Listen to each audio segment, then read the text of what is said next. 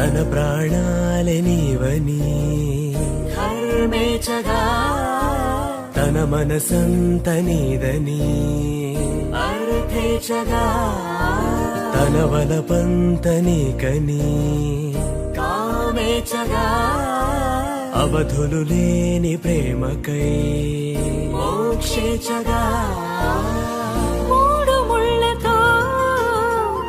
7 అడుగుల అగ్ని సాక్షిగా